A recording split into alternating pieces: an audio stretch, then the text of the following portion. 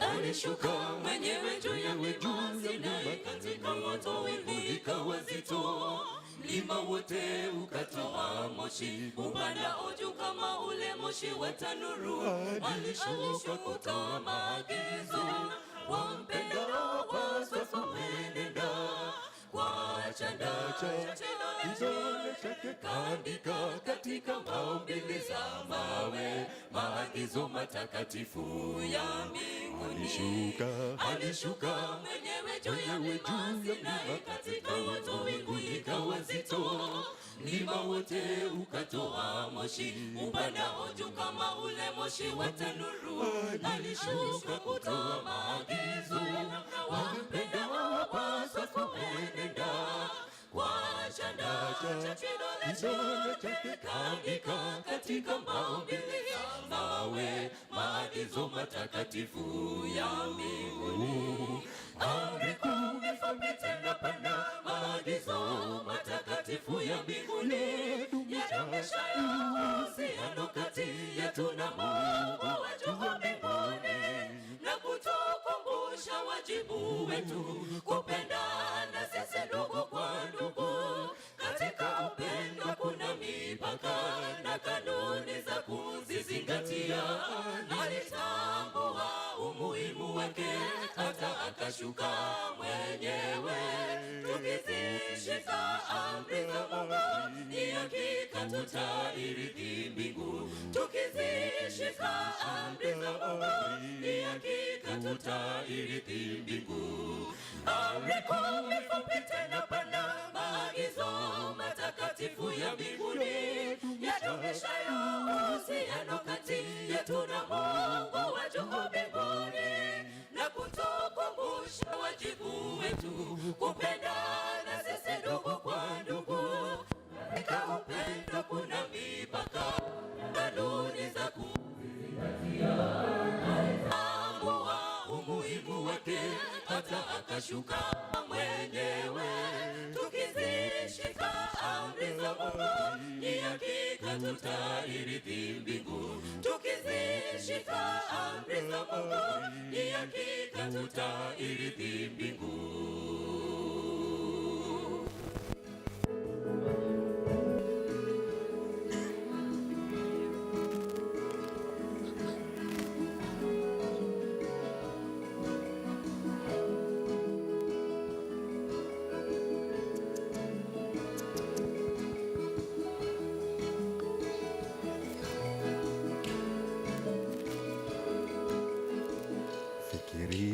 Fikiriaje kama kuwa na isingelikuwa kosa dunia ya leo? Zina iwe jambo la kawaida, kila siku kazini bila ya pumziko. Hali ya dunia ingekuwa jeje, ungeweza himili maisha bila ya utu. Tuishi maagizo ya Mungu, maana ni kwa faida yetu tunao tazamia kurithi mbingu ya milele. Fikiriaje kama kuwa na isingelikuwa kosa dunia ya leo? Zina iwe jambo la kawaida, kila siku kazini bila ya pumziko. Hali ya dunia ingekuwa jeje, ungeweza himili maisha bila ya utu. Tuishi maagizo ya Mungu, maana ni kwa faida yetu tunao tazamia kurithi mbingu ya milele. Amri kumi fupi tena pana, maagizo matakatifu ya mbinguni, yadumishayo uhusiano kati yetu na Mungu wetu mbinguni, na kutukumbusha wajibu wetu kupendana sisi ndugu kwa ndugu. Katika upendo kuna mipaka na kanuni za kuzizingatia. Alitambua umuhimu wake hata akashuka mwenyewe. Tukizishika amri za Mungu, ni hakika tutairithi mbingu. Tukizishika amri za Mungu, ni hakika tutairithi mbingu. Amri kumi fupi tena pana, maagizo matakatifu ya mbinguni, yadumishayo uhusiano kati yetu na Mungu